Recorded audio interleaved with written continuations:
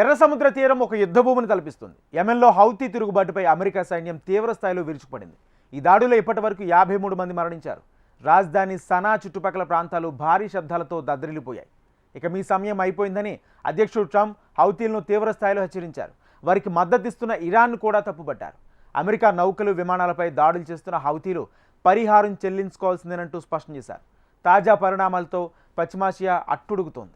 ఒకవైపు Israel Hamas మధ్య కాల్పుల ఒప్పందం అమలవుతున్న సమయంలోనే మరోవైపు యెమెన్ మీద భీకర దాడులు మొదలయ్యాయి. హతీలను కట్టడి చేయటమే లక్ష్యంగా భారీ స్థాయిలో విరుచుకుపడింది అమెరికా. యెమెన్ రాజధాని సానాపై అమెరికా దళాల దాడులు కొనసాగుతున్నాయి. ఈ దాడులతో సానా చుట్టుపక్కల ప్రాంతాల్లో భూమి కంపించింది. సనా, సదా, అల్ ఖైదా, రాడాలే లక్ష్యంగా దాడులు జరిగాయి. దీంతో ఎర్ర సముద్ర ప్రాంతమంతా యుద్ధభూమిని తలపిస్తోంది. దాడుల్లో 53 మంది చనిపోగా 98 మంది గాయపడ్డారు. వీరిలో చాలా మంది పిల్లలు, మహిళలు ఉన్నట్లు చెప్తున్నారు. ఈ దాడుల సందర్భంగా అమెరికా అధ్యక్షుడు డొనాల్డ్ ట్రంప్ సంచలన వ్యాఖ్యలు చేశారు. హౌతీల టైం ముగిసిపోయింది, దాడులకు ఫుల్ స్టాప్ పెట్టాల్సిందే అంటూ స్పష్టం చేశారు. హౌతీ ఉగ్రవాదులందరికీ హెచ్చరిక, వారి సమయం ముగిసింది. ఈ రోజు నుంచి మీ దాడులకు ఫుల్ స్టాప్ పెట్టాల్సిందే, కాదంటే గతంలో ఎన్నడూ చూడనంతగా నరకాన్ని చూస్తారు అంటూ హెచ్చరించారు. ఇదే సమయంలో ఇరాన్ని కూడా ట్రంప్ హెచ్చరించారు. హౌతీలకు తక్షణమే మద్దతు ఆపాలని సూచించారు. ఇరాన్ అందించే నిధులతో హౌతీల దుండగులు అమెరికా విమానాలపై క్షిపణులను పేల్చారు. మా సైనికులను, మిత్రదేశాల సైన్యాలను లక్ష్యంగా చేసుకున్నారు. వారి దోపిడీ విధానం, హింస, తీవ్రవాద చర్యల ద్వారా మాకు కోట్ల డాలర్ల మేర నష్టం కలిగించడమే కాకుండా జీవితాలను కూడా ప్రమాదంలోకి నెడుతున్నారు అంటూ ఆగ్రహం వ్యక్తం చేశారు ట్రంప్. ఈ దాడుల్ని అమెరికా అధ్యక్షుడు స్వయంగా పర్యవేక్షించడం విశేషం. 2023 అక్టోబర్లో హమాస్ నిర్మూలనే లక్ష్యంగా గాజా, ఇజ్రాయెల్ దాడులు ప్రారంభమైన తర్వాత యెమెన్లోని హుతీలు రంగంలోకి వచ్చారు.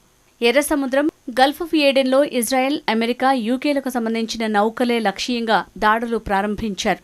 అనేక వాణిజ్య నౌకలపై మిసైల్స్, డ్రోన్లు, చిన్న పడవలతో దాడులు చేశారు. 2 నౌకలను ముంచేశారు. ఒక నౌకను స్వాధీనం చేసుకున్నారు.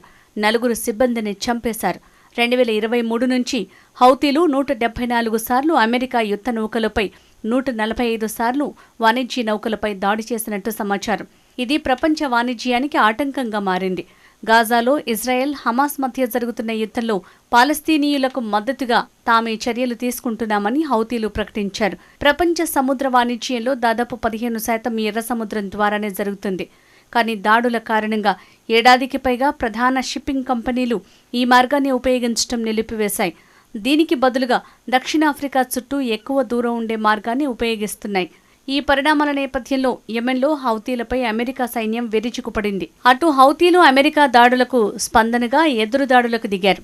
అమెరికా విమాన వాహన నౌక బృందంపై దాడులు చేసినట్లు ప్రకటించారు.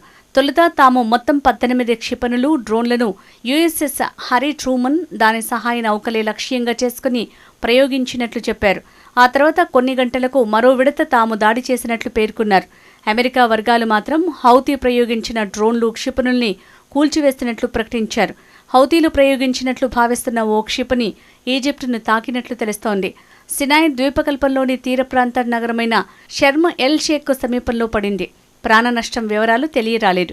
అయితే ఇజ్రాయెల్ను లక్ష్యంగా చేసుకుని ఆ క్షిపణిని ప్రయోగించారా అనే అంశంపై ఐడిఎఫ్ దర్యాప్తు చేస్తున్నట్లు సమాచారం. ఇజ్రాయెల్పై తమ దాడుల్ని పునఃప్రారంభిస్తామని ఇటీవల హౌతీలు ప్రకటించిన నేపథ్యంలో ఆ దేశం ఇప్పటికే అప్రమత్తమైంది. డ్రోన్, క్షిపణి దాడులు జరిగే అవకాశం ఉందని హెచ్చరించింది. హౌతీ రెబల్స్ ది గెలాక్సీ లీడర్ను నవంబర్ 2023న హైజాక్ చేశారు. దీనిలోని 25 మంది సిబ్బందిని కొన్నాళ్ల తర్వాత వదిలేశారు. ఫిలిప్పీన్స్, రొమానియా, బల్గేరియా, ఉక్రెయిన్ జాతీయులు ఇందులో ఉన్నారు. దాదాపు 430 రోజుల నుంచి ఇది యెమెన్ తీరంలో హుదైద్ పోర్టులో లంగరేసుకుని ఉండిపోయింది. ఈ నౌకలు ఇజ్రాయెల్ బిజినెస్ టైకూన్ ఇబ్రహీం ఉంగర్కు వాటా ఉందని చెప్తున్నారు. తాజా పరిణామాల నేపథ్యంలో హౌతీ తిరుగుబాటుదారులు మరోసారి వార్తల్లోకి వచ్చారు. అసలు హుతీలు ఎవరనే చర్చ మొదలైంది. యెమెన్లోని షియా ముస్లిం తెగ ఖైదీలకు చెందిన సాయుధ తిరుగుబాటుదారుల్ని హుతీ రెబల్స్గా పిలుస్తారు. 1990లలో నాటి యెమెన్ అధ్యక్షుడు అబ్దుల్లా సాహెబ్ ప్రభుత్వంలో అవినీతిపై పోరాడేందుకు వీరు ఒక గ్రూపుగా ఏర్పడ్డారు. ఈ ఉద్యమానికి స్థాపకుడైన హుస్సేన్ అల్ హుతీ పేరుని వీరు తమ గ్రూపునకు పెట్టుకున్నారు. వీరినే Ansar Allah, the partners of God అని కూడా పిలుచుకుంటారు. హౌతీ తిరుగుబాటుదారులు రాజధాని సనాను ఆక్రమించుకున్న తర్వాత ఆ దేశంలో పరిస్థితులు అస్తవ్యస్తంగా మారాయి. 2014 నుంచి కొనసాగుతున్న అంతర్యుద్ధం ఆ దేశాన్ని పూర్తిగా ధ్వంసం చేసింది. యెమెన్లో ఎక్కువ భాగం హౌతీల నియంత్రణలోనే ఉంది. యెమెన్ రాజధాని సనా, ఆ దేశ ఉత్తర భాగం, ఎర్ర సముద్ర తీర ప్రాంతమంతా 2014 నుంచి వీరి ఆధీనంలో ఉంది. ఇదే వారికి బాబ్ అల్ మండెబ్ జలసంధిపై ఆధిపత్యాన్ని కల్పించింది. హుతీలు అడ్డుకుంటున్న సముద్ర రవాణాల్లో ఎక్కువ భాగం వారి నియంత్రణలో ఉన్న సముద్ర ప్రాంతం వద్దే చేపడుతున్నారు. అక్కడే వారు తమ బలం, అధికారాన్ని చూపిస్తున్నారు. యూరప్ నుంచి ఆసియాకు చేరుకునేందుకు ఇదే సులువైన మార్గం. కానీ ఈ మార్గంలో వెళ్లే నౌకలపై ప్రస్తుతం హుతీ తిరుగుబాటుదారులు దాడులు చేస్తున్నారు. ఇటీవలి కాలంలో హుతీలు హమాస్కు మద్దతుగా అమెరికా, బ్రిటన్, ఇజ్రాయెల్ నౌకల మీద దాడుల్ని మొదలుపెట్టారు. తమ పాపులారిటీని పెంచుకునేందుకు గాజాలో పరిస్థితుల్ని వారు వాడుకుంటున్నారని తెలుస్తోంది. తమ సామర్థ్యాన్ని ప్రదర్శించేందుకు, తాము సమర్థవంతమైన భాగస్వామి కాగలమని ఇరాన్కు నిరూపించుకునేందుకు ఈ దాడుల్ని హౌతీలు చేపడుతున్నారని అంటున్నారు. ప్రధానంగా ఇజ్రాయెల్కు వెళ్తున్న సరుకు రవాణా నౌకలపై తాము ఈ దాడులు చేస్తున్నట్లు హౌతీలు చెప్తున్నారు. అయితే ఇటీవల జరిగిన చాలా దాడుల్లో ఇజ్రాయెల్ నౌకలతో సంబంధం లేకుండా జరిగాయని విమర్శకులు అంటున్నారు. అమెరికా దాడుల్ని హౌతీ పొలిటికల్ బ్యూరో యుద్ధనేరంగా అభివర్ణించింది. యెమెన్ దళాలు ప్రతిస్పందించేందుకు సిద్ధంగా ఉన్నాయని హెచ్చరించింది. యెమెన్లు మొత్తం దేశ రక్షణ రంగంలోకి దిగాలని హౌతీ నేత అబ్దుల్ మాలిక్ అల్ హుతీ పిలుపునిచ్చారు. మరోవైపు అమెరికా అధ్యక్షుడు ట్రంప్ వ్యాఖ్యలను ఇరాన్ ఖండించింది.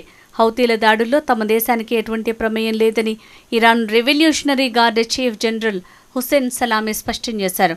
మిలిటెంట్ గ్రూపుల విధానాల రూపకల్పన విషయంలో తమ పాత్రేమీ లేదన్నారు. ఇరాన్ విదేశాంగ శాఖ మంత్రి అబ్బాస్ అరగ్చి స్పందిస్తూ హుతీలపై అమెరికా దాడుల్ని నిలిపివేయాలన్నారు. తమ విదేశాంగ విధానాల్ని అమెరికా నిర్దేశించలేదన్నారు. మరోవైపు ఐరాస మాత్రం ఇరు పక్షాలు సైనిక చర్యల్ని నిలిపివేయాలని కోరింది.